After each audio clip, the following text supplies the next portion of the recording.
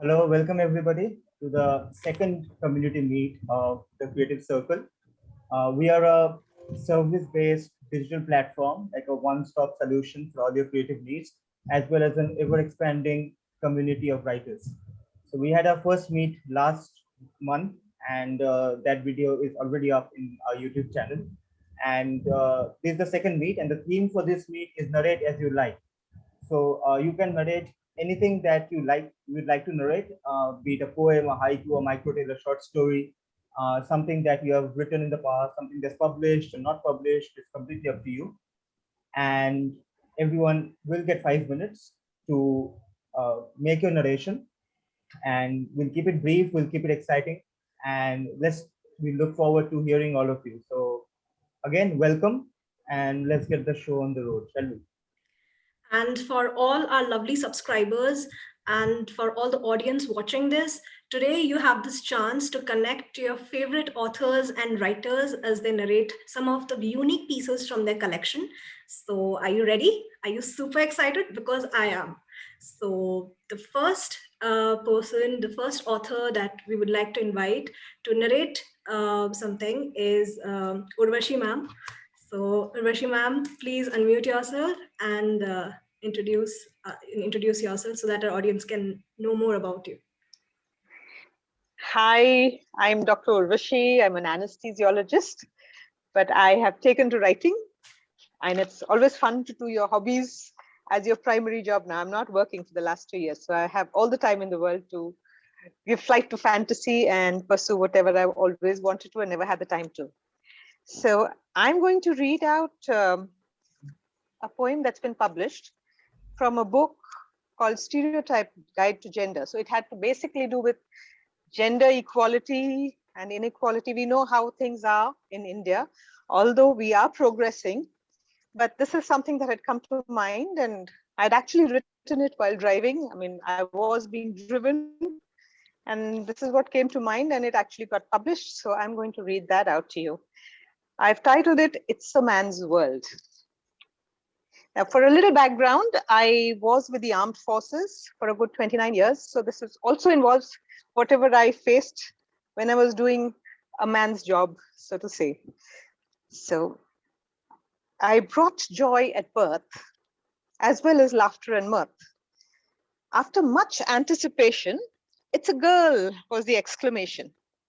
But not all was well, for in the hearts of some they dwelled a fear hard to describe, despite the addition to their tribe.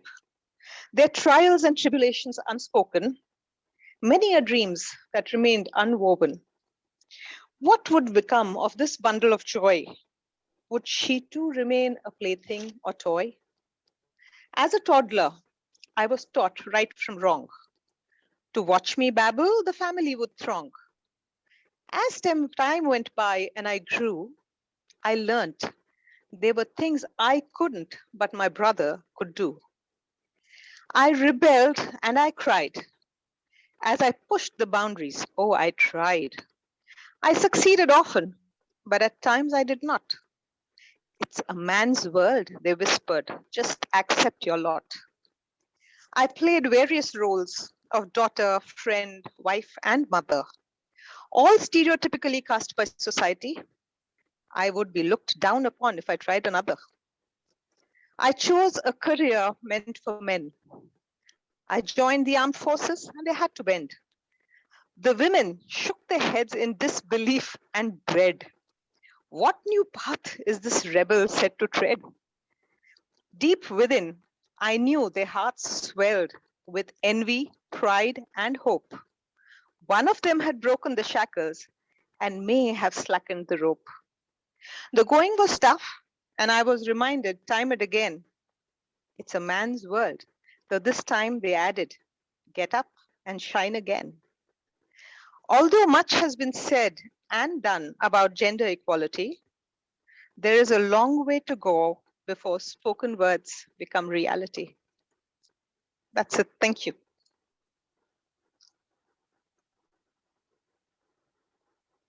This is amazing, Urvashi ma'am. Absolutely Thank amazing. you. I'm Really not much of a beautiful. poet or a poetess. It was really But beautiful. I mean, And Thank I liked you. it. It was long and yet it was rhymed. It was Thank really you. nice. Thanks a lot. Okay, I think we should go to Shalini now. Shalini, your turn. The stage is yours. Please go ahead. Okay, sure. Niladri. You can hear me, right? Yeah. Yes. Yeah. So I'm not prepared. I'll just recite a couple of lines I have written. And about myself, I am a dreamer, and writing gives wings to my imagination. And somehow I always, despite being so busy with my job, with 2 kids, I always seem to find a way to, write for at least an hour a day. So I'll just start. It's a Hindi small poem. So it starts. I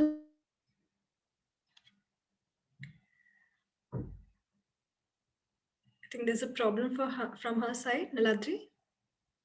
Yes, I think so. Okay.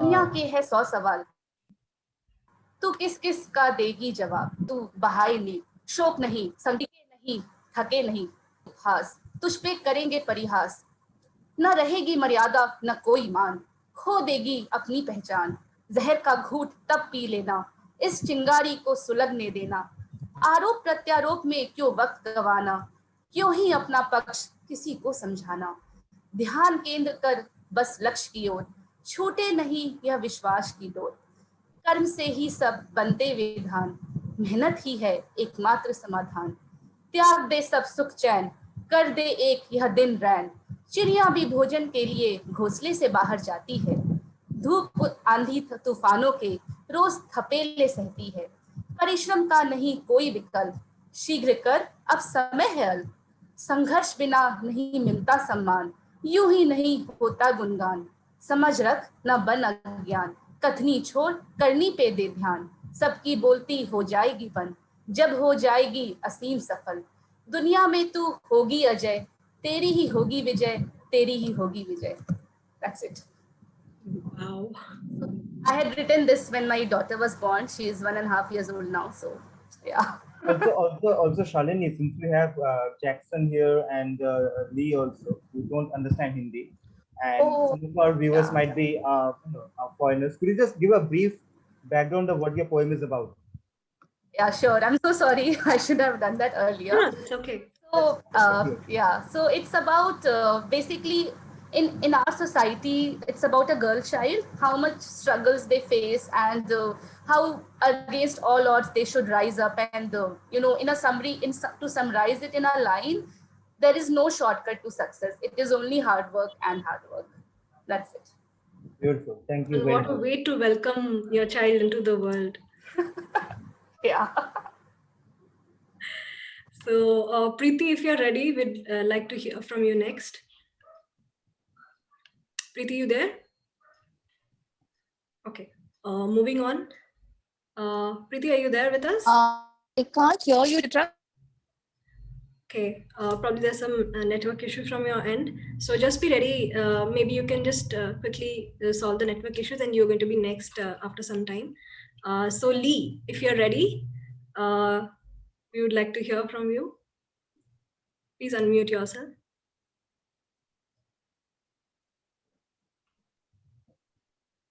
There it is. Technology. I'm great. Hi, Lee. Hello. Hi. My name is Lee Nolan, and I'm going to be reading the prologue of my upcoming crime thriller novel that will be released this summer by Lead Start Publishing. If I can find it. Should have had this already, shouldn't I? Here we go. So this is a crime thriller set in India, and well, it oscillates back and forth between Canada and India. And the basic outline of the story, it's a young man from Canada who becomes indebted to a motorcycle club and is forced to ship heroin through India back to Canada.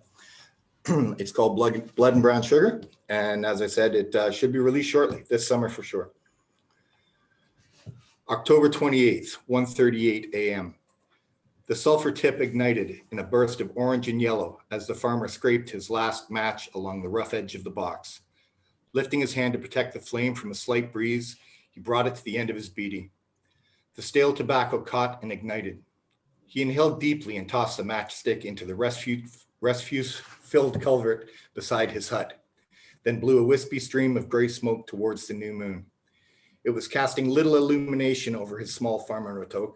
That suited him just fine. He coughed into the crook of his arm, his frail frame shaking beneath the thin blanket that covered him.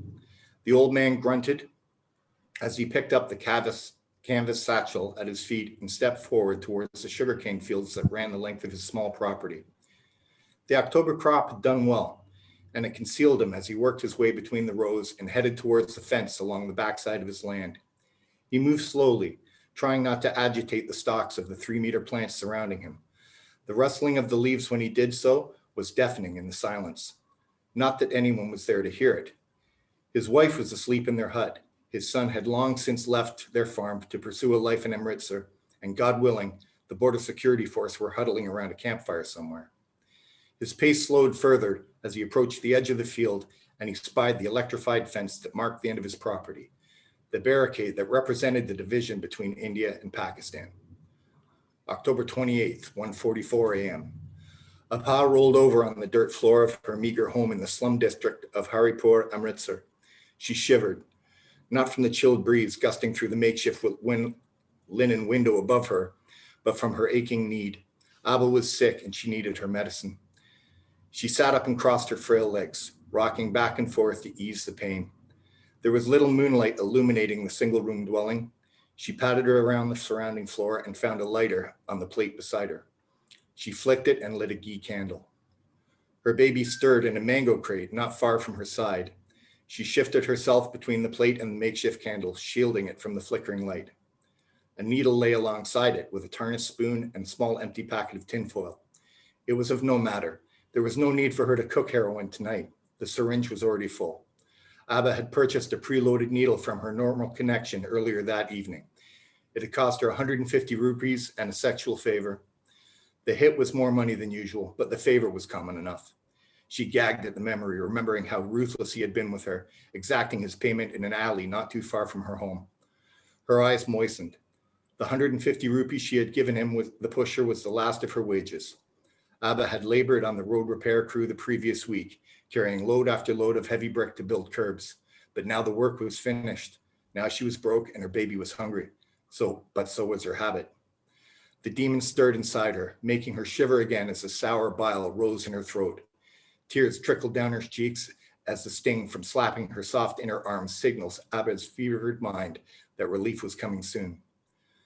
October 28th, 2:05 a.m. The damp earth was chilling the farmer to the bone. He slithered on his belly from the edge of the sugarcane field towards the border, inching and pausing, all the while straining his ears against the night silence. He reached the desolate area of the fence used for the exchange and detected a muffled whisper. Baya! Yes, I'm here, the farmer said, shifting up on one elbow. He put his hand on the end of the black 75 millimeter PVC pipe that came from the other side. He could hear the packages being loaded. The packages moved slowly along the 3.5 meter long conduit. After what felt like an eternity, a pink plastic garbage bag emerged from the tube. The old man grabbed it and pulled it. As it came free, another followed, and another, each package tied shut and bound to the one behind it with rough twine. There were 17 in all. 16 of them contained a 1 kilogram brick of pure Afghan heroin, protected by a watertight plastic bag and wrapped in brown paper. They filled one package with Pakistani SIM cards and a gun, but the farmer would never know the contents. He never opened the packages.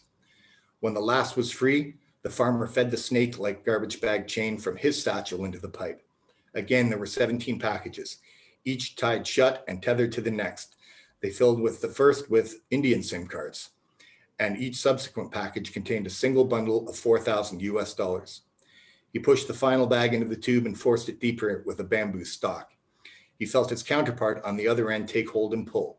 Another successful exchange was all but completed. October 28th, 2:15 a.m. Abba lifted her right hand to her lips. A strong metallic taste from the heroin flooded her mouth as the unattended needle dangled from a vein in her left arm. Tentatively, she licked her fingertips, tracing them with the tip of her tongue. The salty dirt from under her nails exploded in a riot of flavor inside her dry mouth. She savored it. The warmth of her load was just beginning, yet something seemed wrong. She was sinking much faster than normal, and the cold, hard floor beckoned. So warm and soft, soft like mud, she giggled. Abba submerged into it. Her blurry eyes flicked open and tried to focus on the dancing flame of the candle. It caught her attention. She smiled at it. Another giggle caught in her throat as she toppled over to her left. Something is wrong. The rush doesn't feel right. Her mind shouted in alarm, and her bliss turned to panic. Abba realized she had fallen and hit the floor hard. She couldn't reason or think. Was there too much? Too much in the shot? Too much smack? She giggled again. She lay on the floor as the night wrapped its bony fingers around her. The needle slipped from her soft brown skin and fell as Abba's heartbeat slowed. The baby stirred and cooed as a soft breeze flooded the window covering, causing the candle flame to flicker. Abba drew a sharp breath and without ceremony died. Oh my God. I got goosebumps. So anyone else has to, say something about Lee's narration? Yeah, me. I think I'd be really looking forward to your entire book. The prologue was really engaging, really fascinating, and I like the flow of the entire chapters. Wonderful. I thought that the images were so vivid. I mean, Vivid, yeah. The descriptions were very vivid and very just that thing in her mouth that very explodes. descriptive. Yes. Wow. Thank you very much. Thank you. Thank you, Lee, for that wonderful narration. So, Preeti, if you're there with us, you're next. Okay, there I am. I would just like to say that I got inspired, by the description that Lee gave. It was so vivid. It was amazing. I could see everything right in front of my eyes. Yeah. So I wasn't really hearing what he was saying. I was watching what he was saying in my mind's eye. So I am also going to read an excerpt from my book. So I don't know whether it's going to remain the prologue. So that depends on Niladri now, because he's my editor. So it is an excerpt. It's one of the chapters from the beginning. And we just had a discussion about it yesterday. So I'm writing a thriller again. It's a detective mystery thriller. And it falls in the young adult to adult category. I still don't know, because the children are reading much more gory stuff nowadays, and I was trying to water it down and kind of keep it like the books that I have read. Okay, I won't ramble anymore. So this is the first book from what I call the Rakshak series. It's about two girls, Raksha and Shakti, who are sisters, and they are amateur detectives also. So this is one of their adventures. So chronologically it's the second one, but it's my first book. So that you'll come to know after you read the book. Okay, so I'm just reading this out. So this will not be in the same form that I'm reading when it comes out, because our friend here will change it, I'm sure. Okay. So I start with the date 2. Okay. Yeah. So this is an excerpt from the book, The Scarred Roses. I'm starting. 25th December 2018, 7:45 p.m. Faster, faster. His lungs were giving up, dark spots appearing in front of his eyes, but his brain ordered his legs to run with his life. His worn-out footwear slipped out of his feet as he jumped over the wall. The world passed in a blur as he kept running. Faster, faster. His head repeated over and over till his lungs couldn't draw a single breath more. But he couldn't stop. If he did, they'd clobber him. And that would be the mildest among punishments meted out to his ilk for impudence. How dare he question the judgment that pronounced him a thief, irrespective of whether he stole or not? They said he stole. They said it had to be. They were the judges, the witnesses, and the executioners, all in one. Maybe he deserved it, he thought. Hadn't he taken the ridiculous challenge to touch the plate of the higher caste students kept in school? Didn't his uncle and aunt complain to the police about the thrashing he got? Whatever was happening was bound to happen. He lunged over a wall and fell on his knees. His lungs got some respite, but visions reminding him of the fate of his neighbor's cousin from the village outside the city and the video of what they did to him with screwdrivers dipped in petrol played before his eyes, and he started running again, bloodied knees, faster still, till he bumped headlong into a tree and toppled onto his back. From the angle he lay in, Narpat surveyed the surroundings. That is when he realized where he had come, the place where no one should have. Entry was prohibited there since ages. It was boarded up completely, yet he had arrived blindly, leaping and bounding over walls towards safety.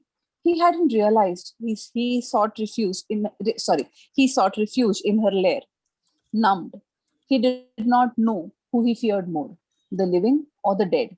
Either way, he was doomed. The winter sun had long gone home, plunging the place into darkness. He wanted to be home too. But would he be safe there? Would they hurt his family if they couldn't catch hold of him?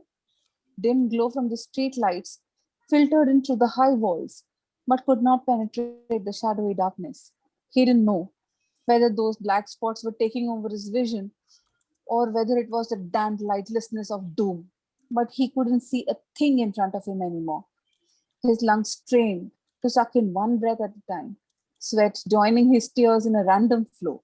He groped through the thicket deeper and deeper, unaware that he was approaching a colonnade of double arches enveloping what must have been a courtyard.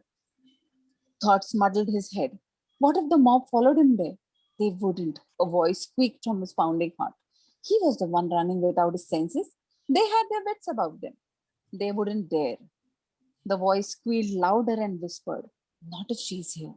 For a flash, she seemed the safer option. His breathing inched towards normalcy, blobs of vision returning till the eerie song replaced the ringing in his ears. He tried to dust the sound off, clammed his ear to shut it off. All for naught. This is how she baits her victims, the squeaky voice reminded him of murmurs about the first sign of her presence. A cold gust of air hit him. The desert winter seemed colder than it already was. Sorry, it's the desert winter, not the desert winter. I'm hungry. The chill of the surroundings crept inside him through his spine, helped by the wet clothes on his body, soaked in his sweat and blood. He knelt, wailing, pain and panic gripping him. Sudden noises on the other side of the wall forced him to cover his mouth and smother the wail. Was it his hand? Just a minute. Was it his hand? Or did someone cover his mouth for him? He did not know. All he knew that he was frozen, unable to move. The mob was just on the other side of the wall of the palace, across the patch of land that separated both the worlds. He was tempted for a fraction of a second to signal his pursuers and pull him back to the space of the living, but resisted it, the video playing in his head again. Momentarily, the song paused, and he could hear the living voices clearly. I heard some sound. He might be inside. Yank him out, that asshole. How dare he complain against me? That audacity of that untouchable twit. Bhim Singh, let's go inside and burn him there. Another man barked, raining obscene abuses on him. Are you crazy? He's dead meat anyway. Do you want the same fate? Let's leave this accursed place or she'll ruin the rest of our lives. What if he comes out alive? If he does, Hemaram, then you better stay away from him. She would have possessed him. Don't you remember, Dinesh, how he went fully mad? Come, let's go. It's almost night. Spirits are most powerful after sunset. I have to teach his likes a lesson. I had to spend the entire night in lockup. Bhim, not you, Hemaram thundered. Listen carefully. There have been 2 murders already. Both were from our circle. You know it. Why are you being adamant? We'll teach his family a lesson. Isn't that enough? Chalo Banna, I have other remedies for your anger. Let that runt be for now. I can smell roses, Hukum, a younger voice pipped in the background. As if on cue, Narpat heard the shuffling of feet and rushing footsteps scooting away from the place. Arey, what smell? What are you running? Where are you running? Come back, Bhim. Harihar, Jayamal, you cowards. The man reasoning with Hemaram shouted from afar. You can continue your hunt alone, Hemaram. We have families to live for. Chalo, sare. Crouching inside the courtyard, with his hand still covering his mouth, the trembling Narpat could not smell roses. He could only smell fear, the powdery, dry, acrid smell of fear. He balled himself and rocked from side to side in a mixture of relief and dread, helpless tears flowing without directions. Whatever the ghost would do to him might be kinder than what those people would do, he thought. The trauma of it all was sweeping over his mind and body when he heard the singing again. He had no control over his senses anymore, no track of time. A rosy fragrance of misfortune wafted in the air as the chill conquered his body. Narpad had no strength to fight. He lay on the ground in defeat when he saw her hazy form walk towards him as he slipped out of consciousness, cursing his birth. Over. Wow, I was so immersed in this that I'm like, I just want to say something that when Preeti sent me the sample, this is the she had only sent me this prologue, and I read it and I was so fascinated and got so much drawn into it. And at that time she was not well. Unfortunately, she had come down with COVID, and I kept on texting her every 2 days when you're sending the full manuscript. And now that she has not sent me the full manuscript yet, but we are working through it. We'll get through. It was the same for Shalini's manuscript as well. The prologue was so interesting that I was like, okay, when am I getting my hands on the full manuscript? That's the fun of being an editor. You get to read so many stories for absolutely free, and you get to work on it and make it better. It's really that's the most fascinating thing. Otherwise, it would be very tedious, the job of editing. But because of writers like Preeti and Shalini, it becomes exciting. So I love the narration, Preeti. That's so much of Thank you so much. It was so lively. That way that you said "Chalo hata" and all that. Wonderful. I'd just like to say that I really liked it. I especially I love the pace. I love the flow. But I think what you've done exceptionally well here is I'm going to liken you to like Pulp Fiction. You know, it's right from the first paragraph. It's not a hook. Hooks are cheap. It was a promise. It was a promise of something was going to happen. Something good was going to happen. You fell in right away, and you built the suspense so beautifully. It just you never gave anyone a chance to catch their breath. It just built and built and built and built and built until the smack in the face at the end. It was really great. I really enjoyed it. Thank you so much. Even Tarantino's a master at it, but you've done a great job there. Really. Thank you so much. That's really appreciated. Thank you so much. Good going, Preeti. Being compared with Quentin Tarantino is something. I know. Thank you. That's like least expected. Thank you so much. This means a lot, Thank you, and everyone for the comments that you've given. I was a little worried because there's this running joke in my family. I don't watch any horror movies. I don't read horror, not too much. I've only read about Niladri's books, and that's about it. And I'm a scaredy cat because everything is inside my head. So when I told them I'm writing about a ghost, they were like, yeah, right. You're writing about a ghost. So I really didn't know whether this is going to be scary or not. So now I know it was a little scary. So I'm happy about it. It's encouraging.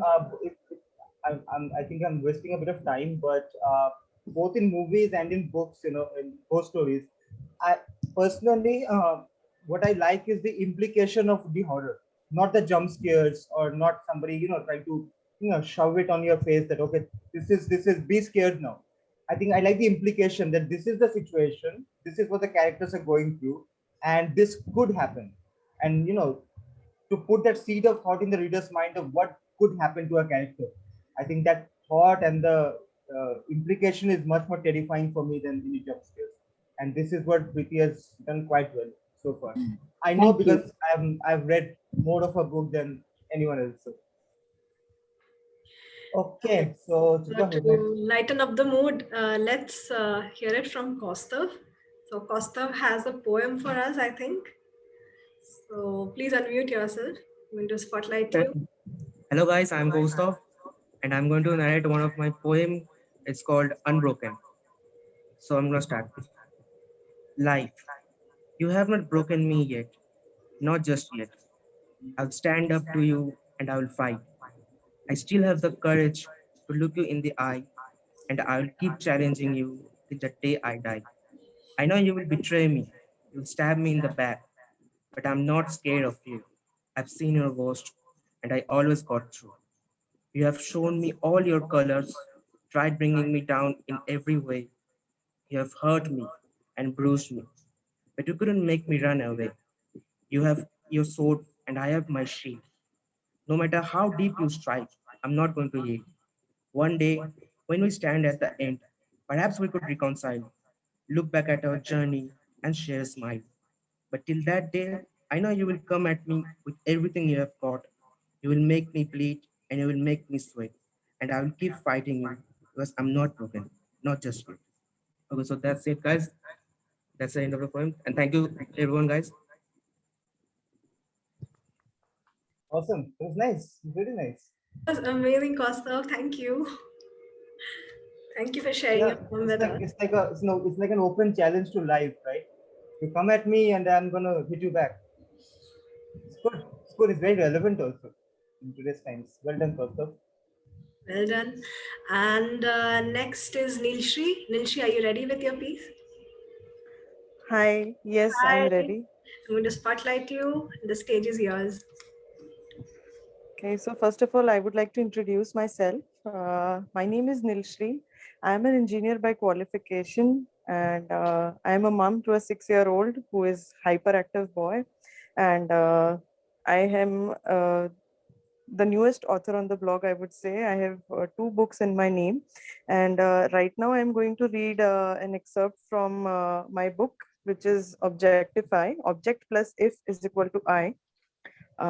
There are 53 chapters in this book, and this book is all about life lessons that objects, natural, scenarios or art forms and games that we play daily, but we somehow overlook the life lessons that they, impart.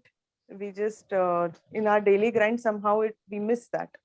So as in India, we have monsoon right now. I chose to read about clouds, what life lesson clouds have, to teach us. Um, I have once observed clouds the whole day, moving past my horizon. Some were white, some gray, and some almost black. The life lesson that clouds teach us: breaking down is not a virtue of weak. Scientifically or logically, clouds are formed as a result of water that gets evaporated. To correlate to this, let us assume that evaporated clouds are feelings which are not expressed. So you can term it as unexpressed feelings. Do you ever look for the right time to express them or a right person to express it to? Like clouds, they kept hovering whole day, and by the evening they left the sky clear. So I concluded that there is no right time or specific intensity of expressing. The only thing is it should come out in front of the right person. Not like you should keep tolerating, also not like you should keep expressing. It would help if you carried and it does not turn into a burden. The moment it does, understand it's time to rain. Everyone has a breaking point at some or the other time in their lives. It is okay to break down and express, because after the rain, the view becomes clean and it gets a generous wash. So that's it. Wow, Nilshree, that was definitely a different perspective of looking at things. I think we really enjoyed that piece. And it's completely Thank different you. way of looking at things. Yeah. So I think your book is also about that, like simple things that we usually observe, but we don't think of it in a different way. That was nice. Yes, it is all about that. So if you look at the index, the chapter names are like radio, camera, bicycle, things Okay. like these. That's really different, right? I haven't really heard a book like with chapter names relating to objects. Yeah. It's very different. Thank you. Thank you, Nilshree. Thank you. Thank you so much. Niladri, would you like to go next? Good. Yeah, I can, no problem. Uh, So is it me or Niladri Mitra? I Who was think this question for? Niladri. Okay, I meant Niladri Mitra, but since you've responded Okay, first, no you get problem the at all. prize. Yeah, You get to no, go first. please go ahead. No, let's go with Niladri Mitra first then. He's anyways the host. Okay, first Niladri Mitra and then Niladri Chakraborty. I think Niladri We are has having an identity crisis now. I'll start calling you by your nicknames then. Please don't. Okay, Niladri, you're spotlighted. Please go ahead. Hi, so my name is Niladri, and I've written 5 books. 3 of them are novels. One is a poetry collection, and one is a short story collection. Apart from that, I'm also an editor, and as you all know, we have also started TCC. The poem I'm reading is not a part of any collection. It's not something that I had published, but something that I'd written, and there's a story behind the poem as well. When I'd written it first, I just written it for someone, of course, but that person didn't know that it was written for that person. And I didn't think they would find out, but they did. As soon as they posted it, they realized it was for them. So it's quite nice. It was a nice experience. So I'd just like to read that out. I have never narrated it. I do try to narrate some of my poems and put it on YouTube, Instagram, but this one I have not narrated. So here we go. A contrast of emotions dwells in her fidgety eyes, a fleeting moment of desire eclipsed by a spell of constraint. The ethereal radiance of her soul brings about a sense of redemption to my broken resolve. The serenity of her face, the innate purity of the heart within, inspires a feeling of inexplicable longing. She is an eloquent text, an incomprehensible expression, and yet is defined by simplicity. There is a mystical fragrance to her, a flowery freshness that entices an overwhelming want of proximity. She seems oblivious of her own transcendence, of a warmth that's subtle yet profound. A canvas not yet imagined, a note not yet sung. She is a poem that's yet to find a thought. Let me be lost in her. Let me spend an eternity unraveling her paradox. Maybe someday I'll have an epiphany. Maybe someday I'll truly understand what she's made of. Thank you.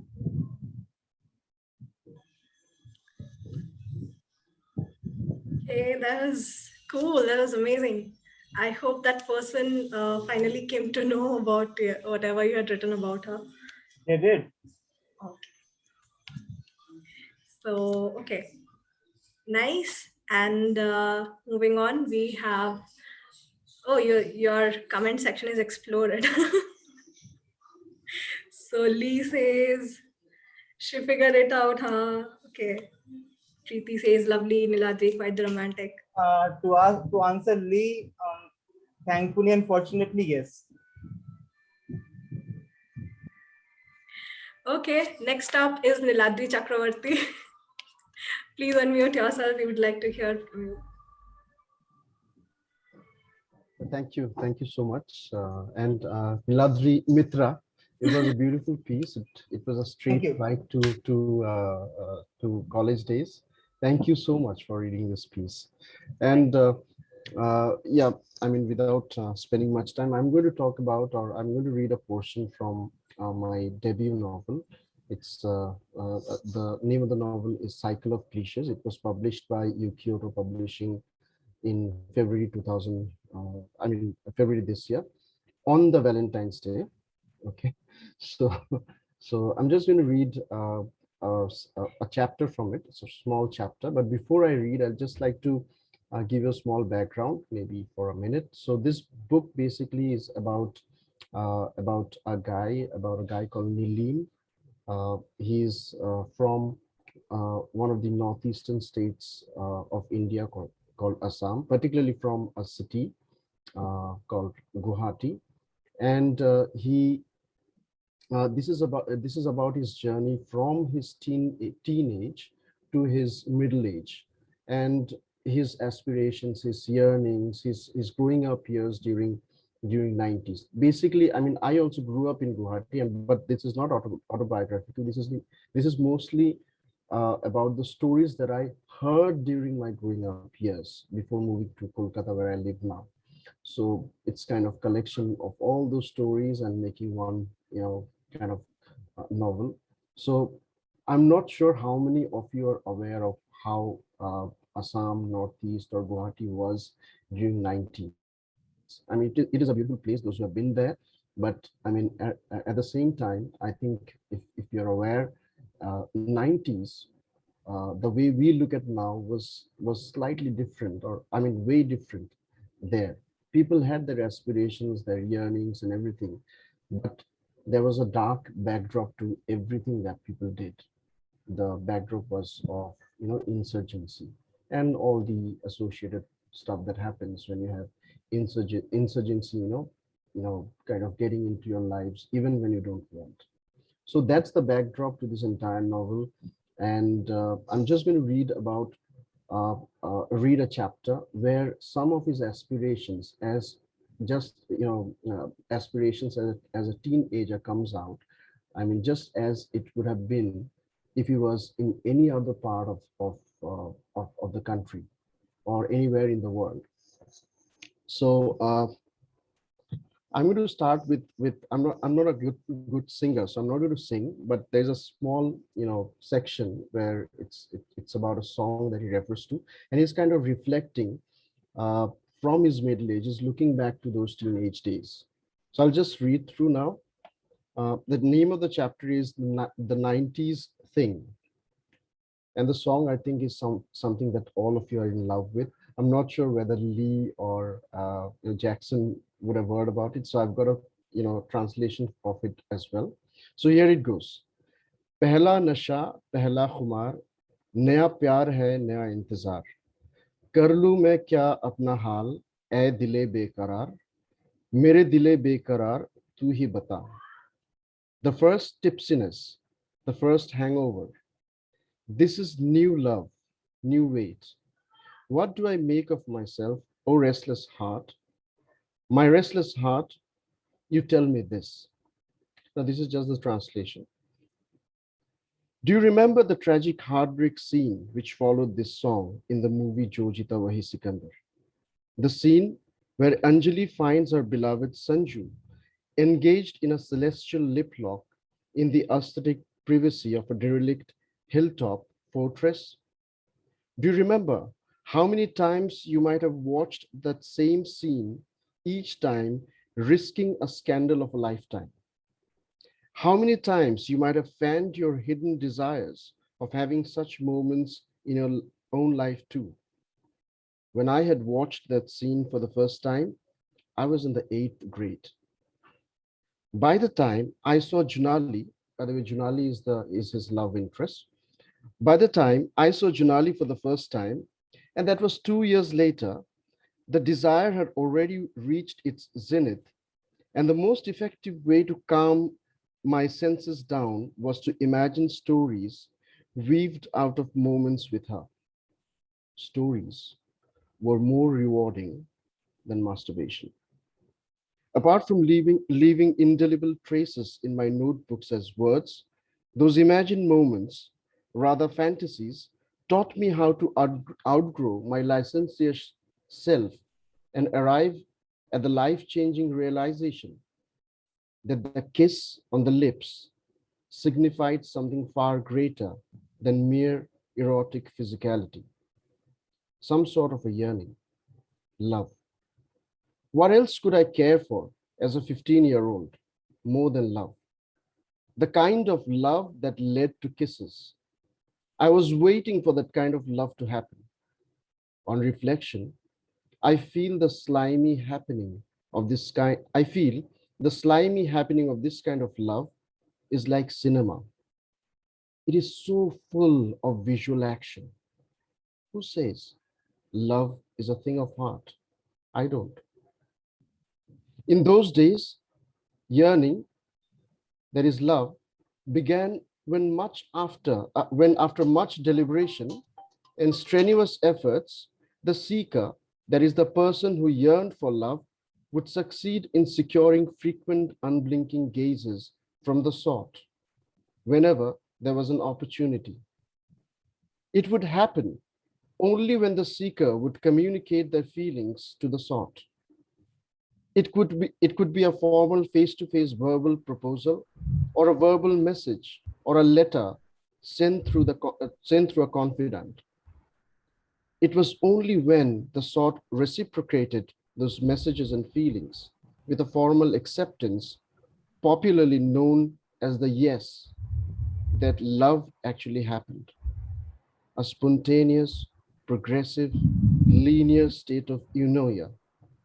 That was what I had understood about love from the elusive narratives shown in Bollywood movies of the time. It felt like a state where nothing beat the yearning to be accepted in the first place and to remain accepted thereafter. This understanding only got cemented when Junali Rajbongshi had said yes to me almost a year after I had seen her for the first time.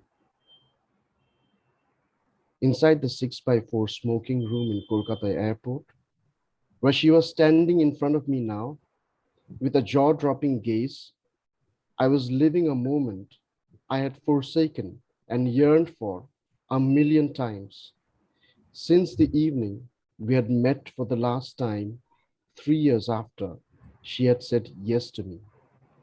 Nilim, her buttery voice hadn't changed, but her tone seemed to be more like a question. Isn't she sure that the man standing in front of me is indeed me? Crossed my mind. The brief exchange of words between us interrupted the nonchalant silence of the smoking room. The others in the room lifted their eyes from their mobile screens to witness a wee-hour drama unfold. I could feel a few of my brain cells start slithering. Hope was at work. I managed to return a smile as a common courtesy. As she smiled and kept looking at me with an unblinking gaze. Between Junali and me, from the clouds of smoke, there now appeared a collage of monochromatic images hovering in front of my eyes. Images of a breezy April morning in Guwahati. That's it. Thank you so much. Thank you, Niladri. That was amazing. I mean, it was so romantic. The way it started, and then we just got engrossed in the love story. Thank you. Thank you so much. I hope you find it a good read. It's there on Amazon.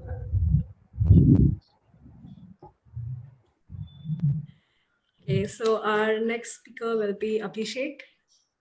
Abhishek. Hello. Hi. Hi. So I'm Abhishek. I have written two books actually.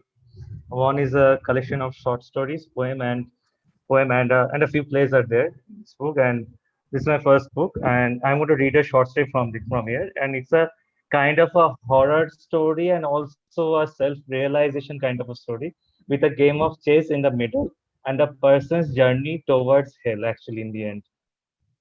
So the name of the story is The Hand of Fate actually.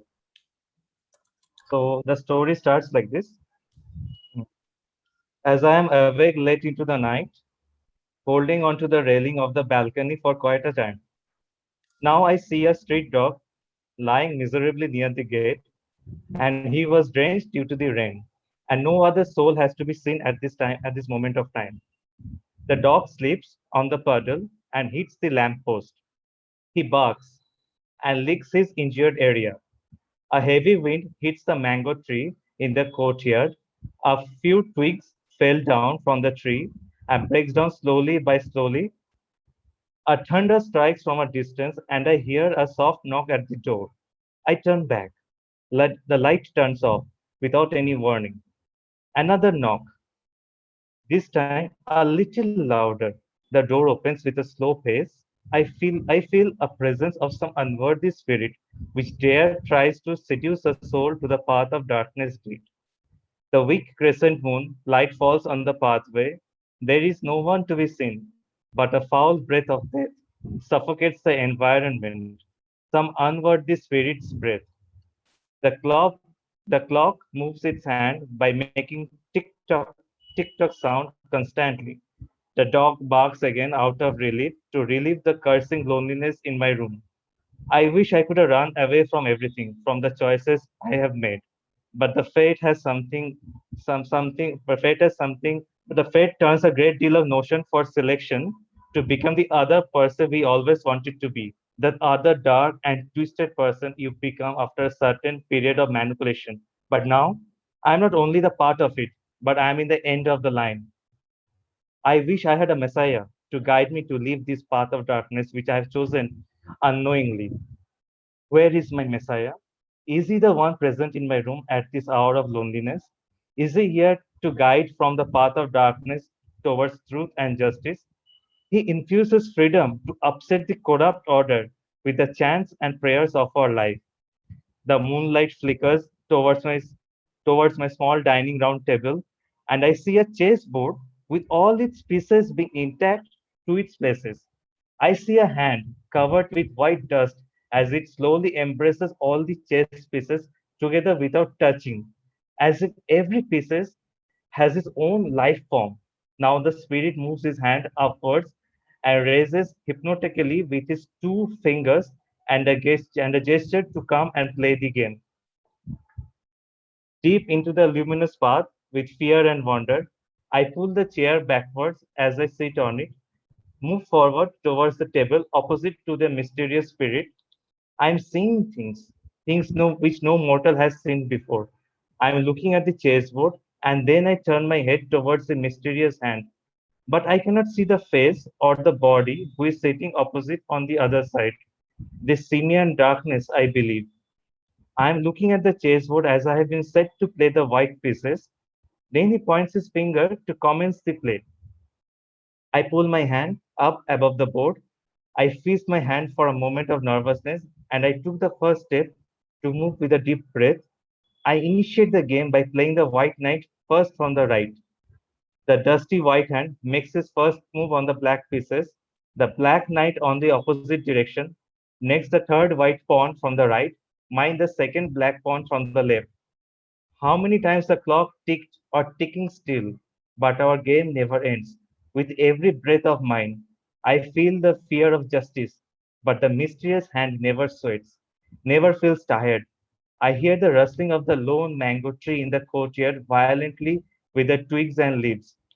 The game has turned its 27th move as my king hides near the left corner with a pawn above, two other pawns onto its left. Behind the king is the rook, and a close ally of the king's white knight is waiting. I try to raise my defenses with my bishop, but with no avail.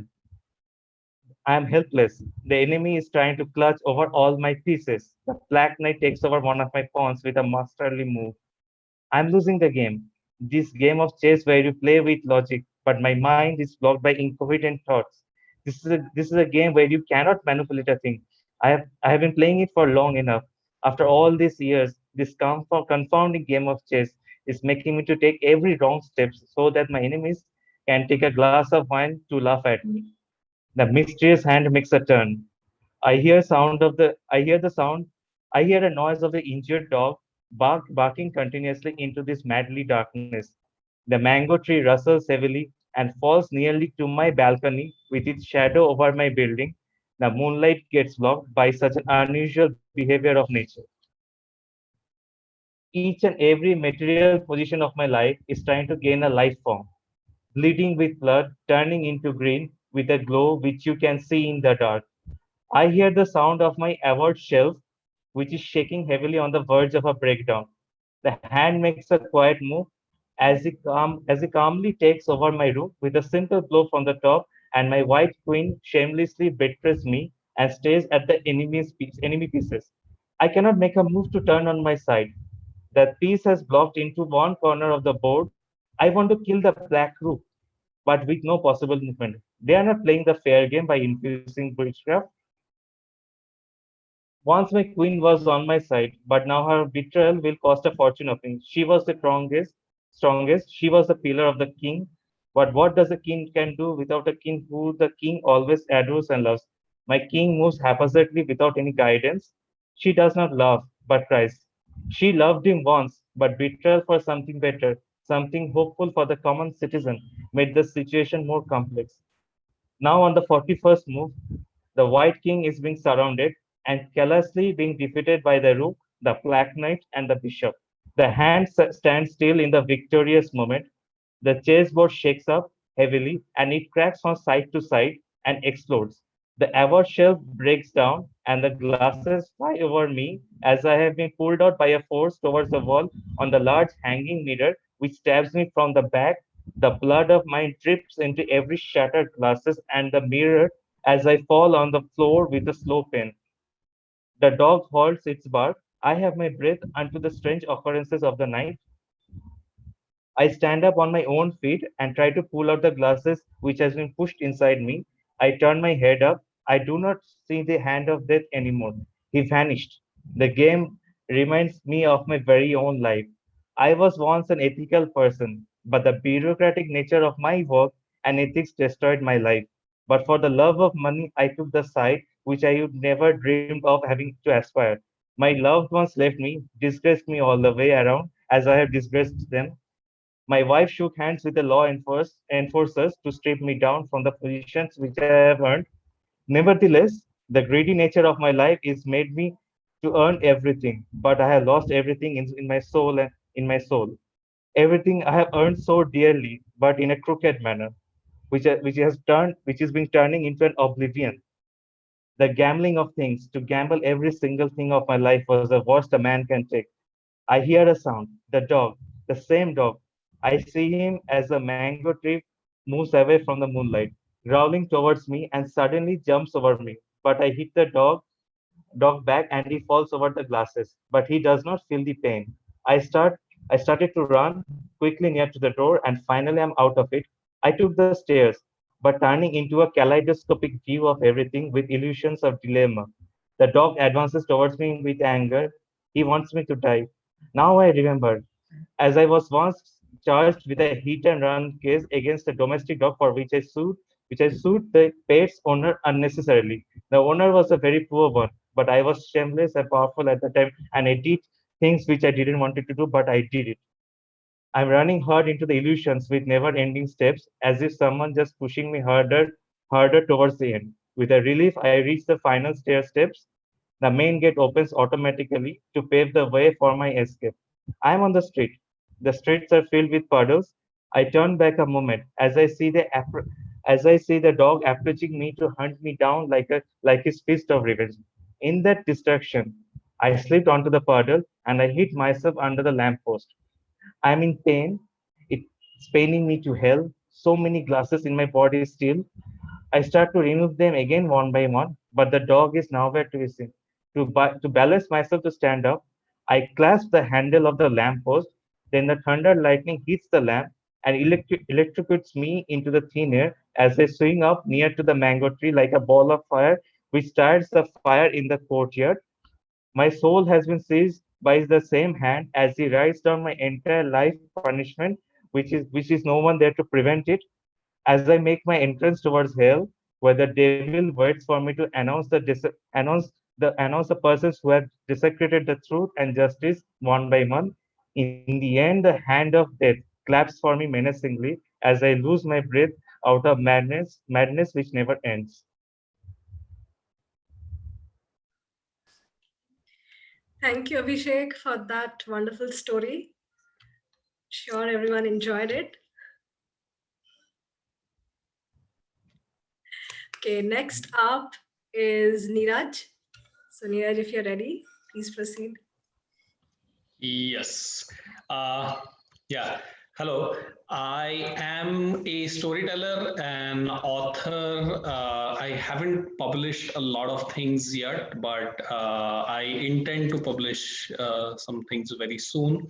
I'll be telling a short story today, and to give a little background about it, we writers tend to see things that other people often miss. These are very obvious things that are happening all around us, but we tend to look at them from a very different perspective and we write something about it. So this story is something like that.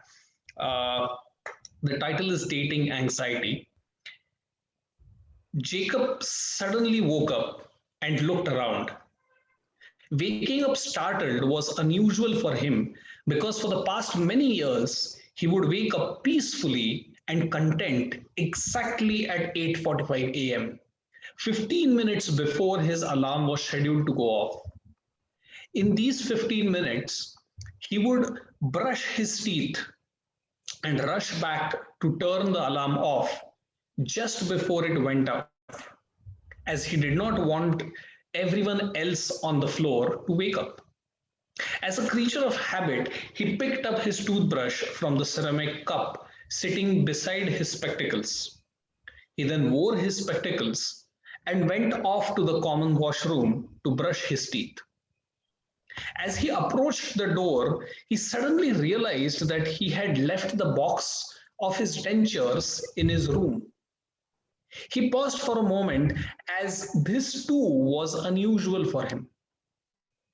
Despite his general forgetfulness, he never forgot his daily chores and carried them out with utmost precision and discipline every single day ever since he came to stay here. He went back to his room and fetched the denture box from his bedside table, turned around slowly, opened the door again, and started walking towards the common washroom. The common washroom was a nightmare, especially for a germaphobe like Jacob. The wash basin itself was extremely slimy and stained with both bold colored spots and microscopic patches of bacteria and viruses deposited daily by all the super sick inhabitants of this floor. Therefore, Jacob always carried his box of dentures, which with multiple layers of small patches of disposable garbage bags pasted on its bottom. Every day after Jacob finished brushing his teeth, he would remove one layer of the garbage bag and throw it away in the dustbin. As he entered the washroom, he took out his dentures from the box and kept it neatly on the holding space beside the sink. He then stared back at his own image in the mirror, and just as he was about to get on to brushing his denture, he suddenly saw a bright lit tube light in the mirror image. He turned around so quickly that his sudden movement and the direct blinding tube light from the tube made him a little dizzy. He held on to a metal bar fixed on the wall by the management for this very purpose. The very same management that was so cheap that they would never keep the tube light turned on after sunrise. He regained his balance and looked out of the door of the washroom. He then smiled to himself, turned around, put his unbrushed denture back into the box, tore one of the layers of the disposable bags from the bottom of the box and threw it into the overflowing dustbin beneath the sink. He then started walking back towards his room, bathing in the moonlight, partially lighting up his face. Even though his 78th birthday was recently celebrated at this old age home, he was still as nervous and anxious as a teenager. He had realized that he had woken up in the middle of the night instead of in the morning out of anxiety for the upcoming lunch date with Susanna, the woman from the other wing of this old age home. That's all.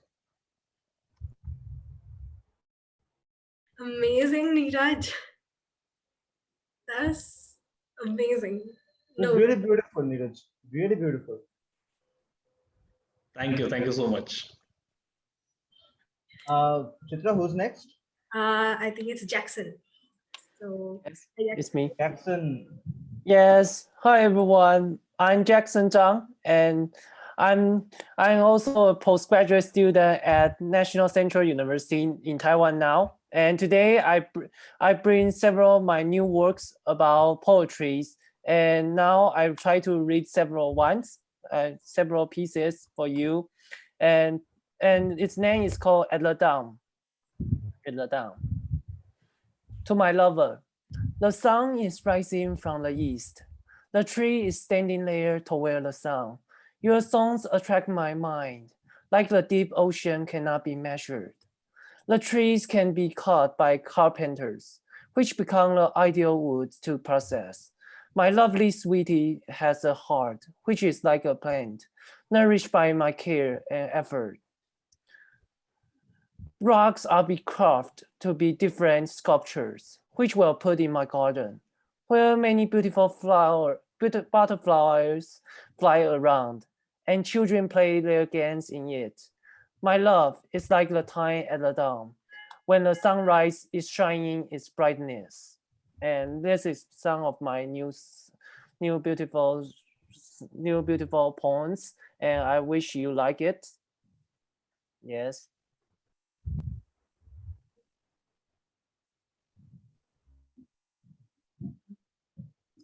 Chitra, you got to unmute yourself. Yeah, so I was just saying that, Jackson, if you have another poem for us, you can also recite it. Yeah, I also have another point, and I also read for you. And it is prepared for my next poetry, and now I try to read for you. People are praying for the hope.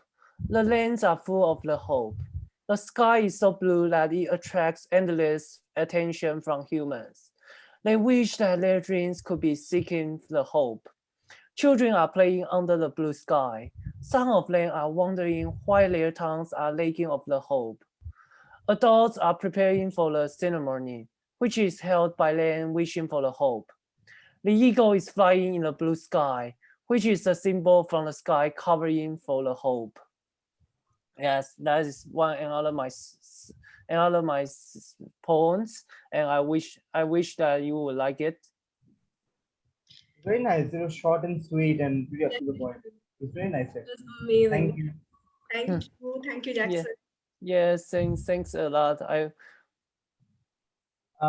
Who's gonna go next? Pushan, perhaps? Pushan, are you ready? He also has a poetry. Hello? Yeah, you're audible. Okay. So, hi guys, my name is Pushan. There's a background. Yeah, just 1 second. Okay. So, hi guys, my name is Pushan, and I actually wrote a very short. What happened? Oh, I actually wrote a very short poem a few days back. It's called "I Welcome You," and here it is. You who watch and know and yet understand none. You who listen and hear and yet act deaf. You who you who wait and drink in all that is not yours by right. Come to us in your wholeness. Come to us in your perfection. Bring all that is fear and all that is terror and all that is the awful dread that crawls and chokes and blinds and falls and twists and lives and hides and weaves and burns and haunts and reads and bleeds and dies. Come to us. I open the door. Okay, Pushan, that was short and... Yeah, it was short. Actually thought with a bit of terror and fear, and hopefully it could invoke a bit eldritch. That's what I was going for. It sounded rather like a chant. Yeah, yeah. Yeah. It is. Nice. It's very different and pretty nice. And who's next? I think Anand sir is next. Are you there with us? Yeah. Hi. Hello, sir. How are you? We can't hear you. Can't hear you. We can't hear you.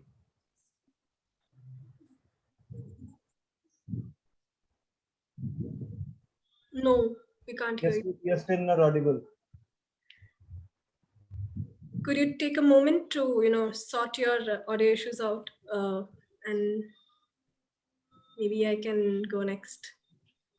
Just take a moment. Chitra, please. Your, audio issues. Until Anand sir gets his audio sorted, you just go ahead, please. Okay. So I have 2 excerpts that I wanted to narrate from my book, Linger When You're Gone. So I don't know whether there'll be time, and I haven't really practiced with the clock, whether it's going to be 5 minutes.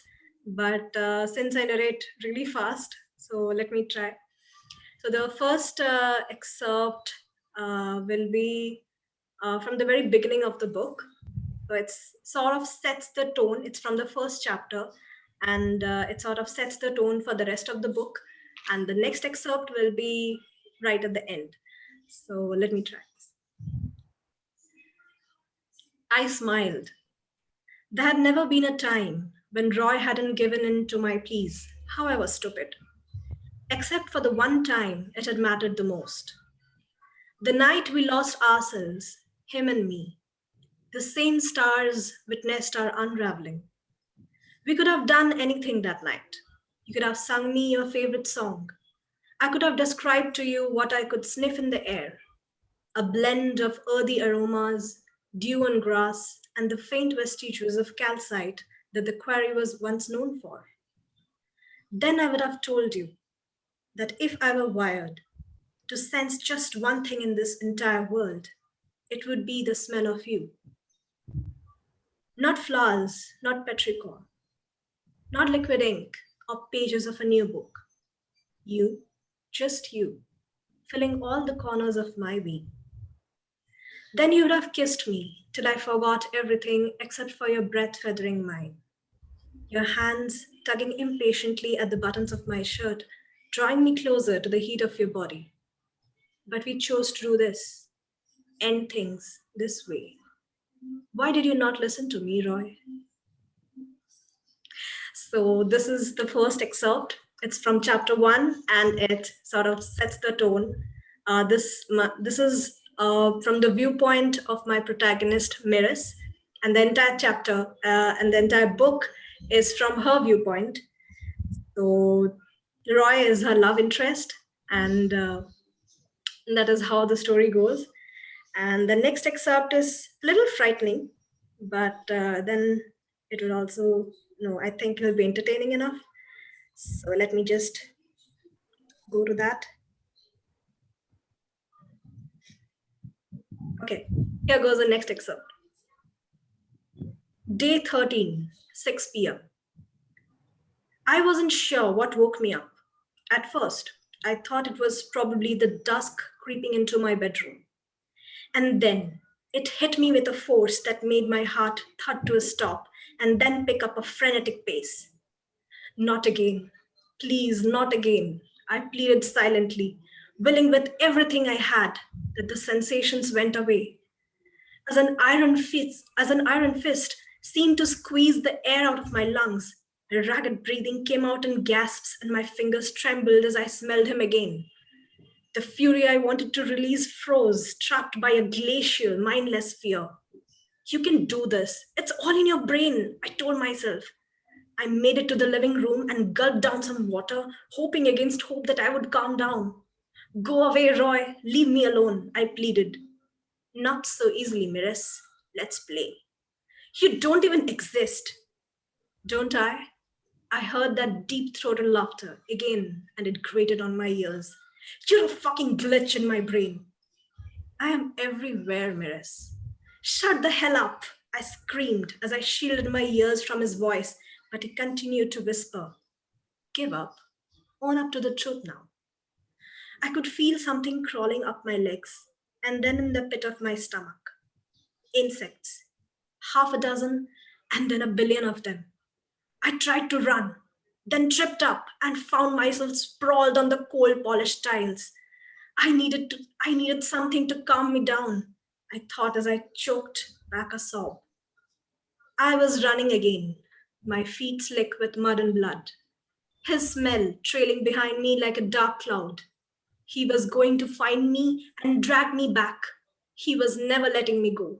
He held my hand and turned me around, except that this time he opened his mouth to speak, and then all I could see was an empty black maw that sucked me in. So this was one excerpt that was right at the end of the book, and I hope you enjoyed it. Honestly saying, this made me nostalgic. I had edited Chitra's book along with her, and I distinctly remember this part of it because we had made a few changes, and while she was reading it, it sort of took me back down memory lane. It was beautiful. It was beautiful then, it's still beautiful. Thank you. Thank you so much. Lovely comments in the comment box. Anand sir. Anand sir, I hope. Oh, I still can't hear you.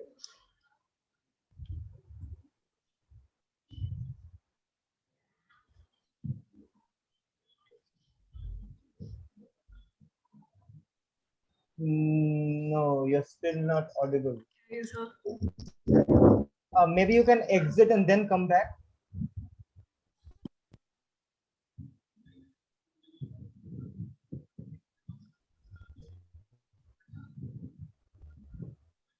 Just in the meantime, if anyone else has anything else, recite an extra piece or something. Anyone wants to recite something else, please go ahead and do it. Should I read something from my another book? Yes, if you allow. Yes, yeah, please go ahead. Let me grab my book, wait.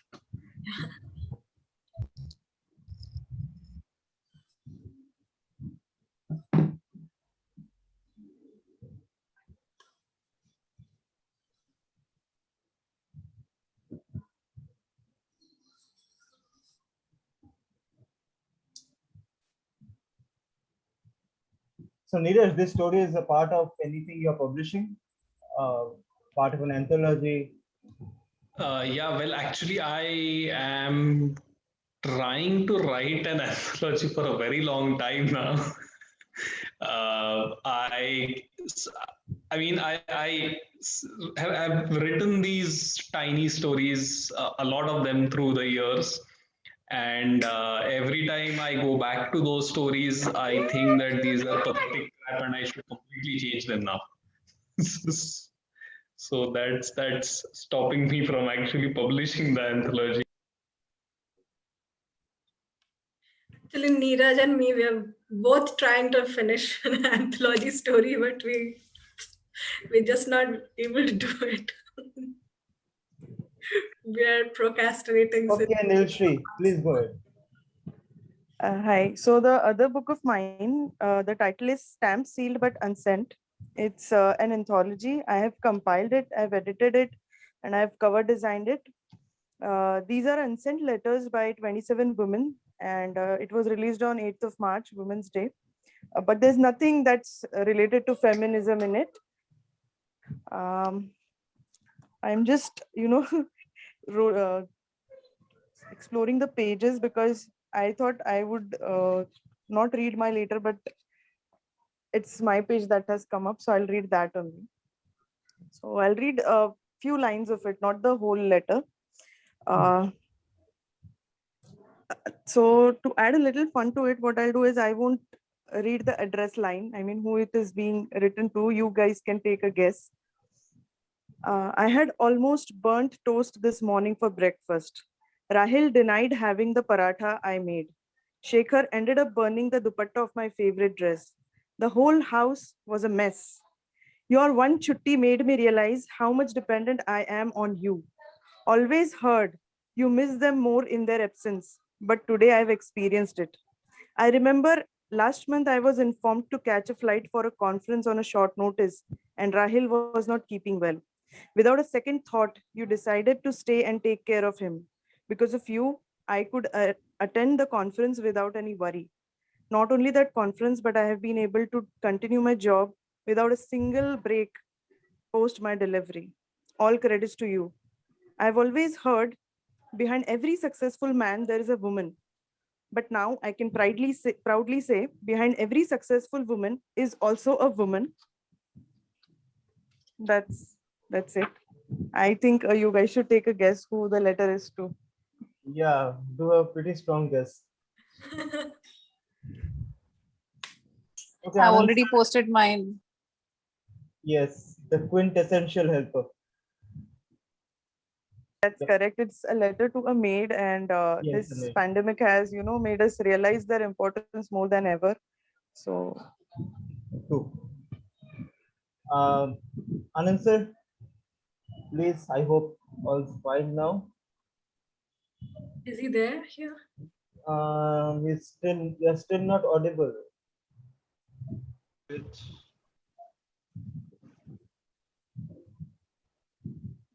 Can you say something again? Can you hear me? Yeah. Yeah, yes. I can hear you. The volume is a little less, but we can still just, you can just be louder. This is the maximum volume. Yeah. That's fine. That's can you hear me?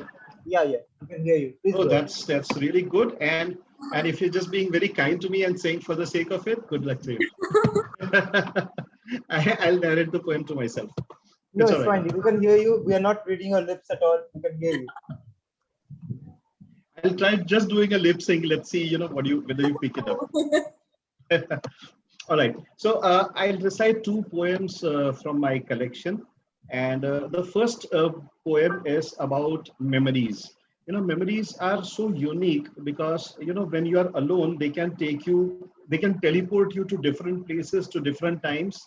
They have the ability to make you sad when you are happy. They can make you happy when you are sad. They can ask questions directly in your eye and you cannot escape them. You cannot lie to your memories. So, sometimes while you're cleaning or dusting, maybe for Diwali or any other festival, you sometimes come across some small thing, some memorabilia, which takes you back to the past. And a lot of memories are associated with that thing.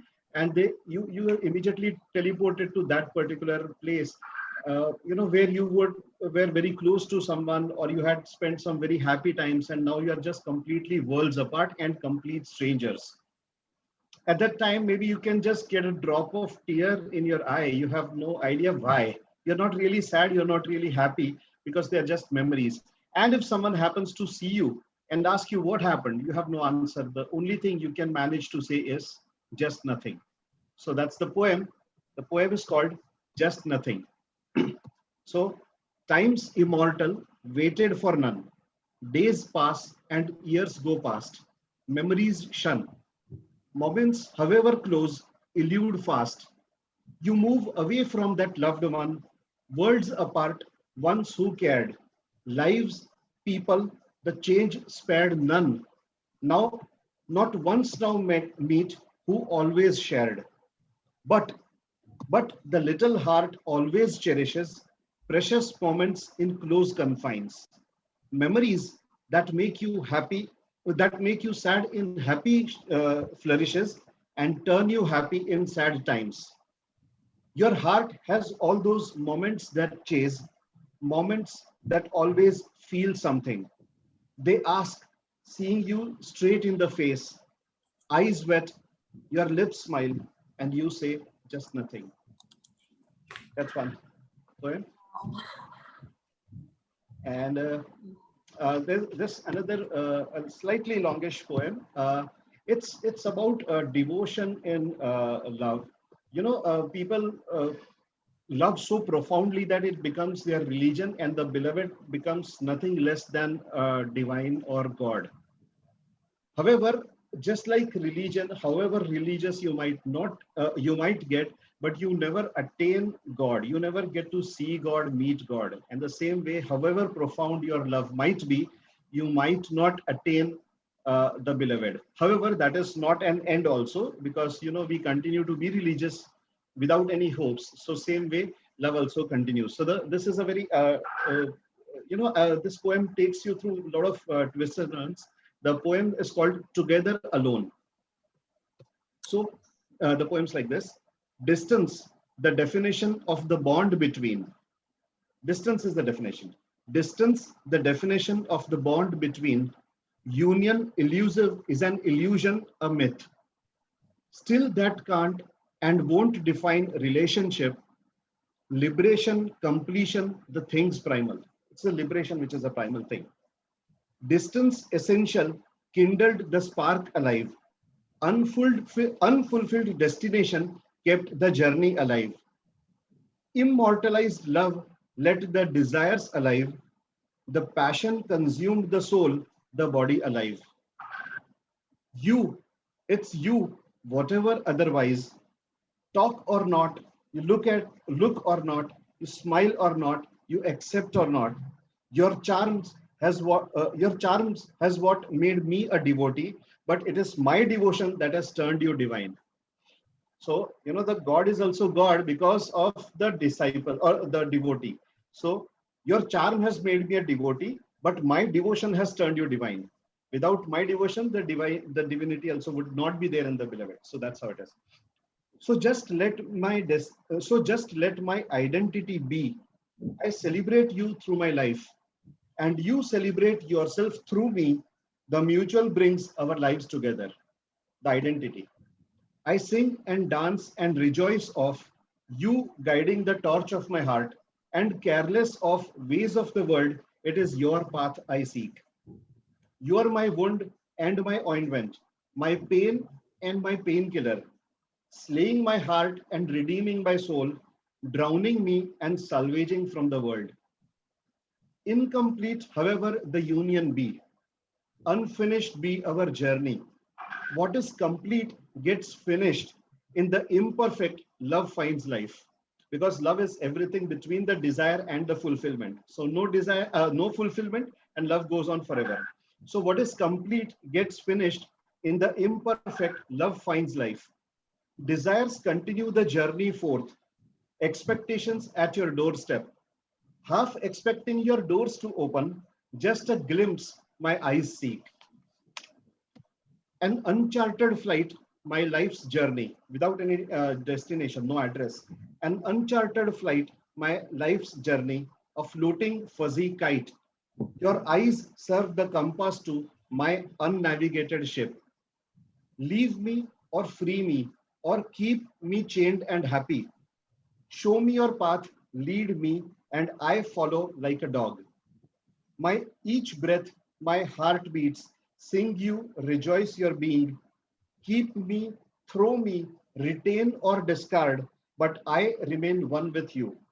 Having lost myself and all belongings, my life now just your reflection. Your smile, my achievement, your frown, my punishment. My life alone can serve at the altar of our separation. My life alone can serve at the altar of our separation. One signal and I'll give up all that's already given away. And I'll smile that you asked and dance to that accomplishment. Rejoice of the fulfillment it brings, a completion to my course. Thank you.